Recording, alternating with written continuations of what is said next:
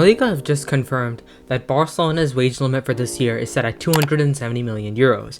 And this might seem okay at first glance, but for perspective, it was set over 650 million euros at the start of summer. This means that Barca will no longer be able to have a 1-to-1 ratio, so registering players and signing players will be very difficult. But other than that, what are the consequences of the situation?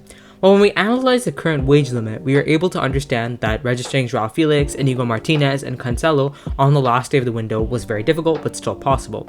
But what really annoys me with the situation are Barcelona fans thinking that this was not something that everyone already knew was a possibility, and are immediately blaming Tebas. Like, we get it, he's an open Madrid fan, and that is frustrating, but the financial situation in the league is at its record worst, especially after the pandemic, when Barca and other clubs took a 40% hit.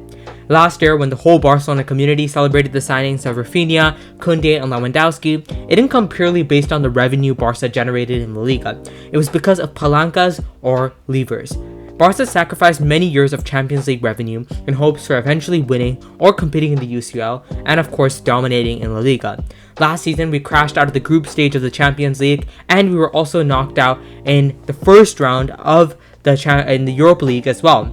And similarly, when we look at the move to the Camp Nou, which happened this year, moving from a nearly 100,000 capacity stadium to one of just 30,000 present major differences for the club. But even more interestingly, the 80,000 season tickets that Barca normally get has been lowered to just 25,000, which means more financial limitations. When we consider these factors, we come to understand that Barcelona's situation is not one that just happened because of bad luck, but was clearly planned by the board. The bigger question we must ask ourselves is, where does the future lie for this club? Barcelona planned to register Vitor Roque in January, and the deal was delayed from the summer for this reason, and also because Paranense still had their league going on. But would this be possible in January considering the financial situation? Well, indicators so far point to Barca having difficulties completing this deal as well. The massive wage reduction means that Barca must sell a player or lower their wage bill even further to make this possible.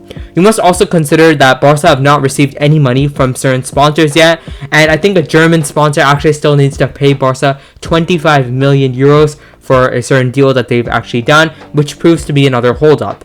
If all of these issues are resolved, Barcelona could have a successful January transfer window. In other news, certain reports contradict the Vitor Roque news, with Alfred Martinez, a Tier 1 Barca source, saying that it's near impossible for Barca to register him in January considering the current situation.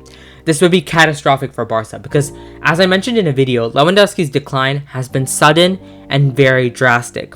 Any reinforcement would not only be an upgrade to him, but it would also mean he would get rest for the Champions League and the big games in the league.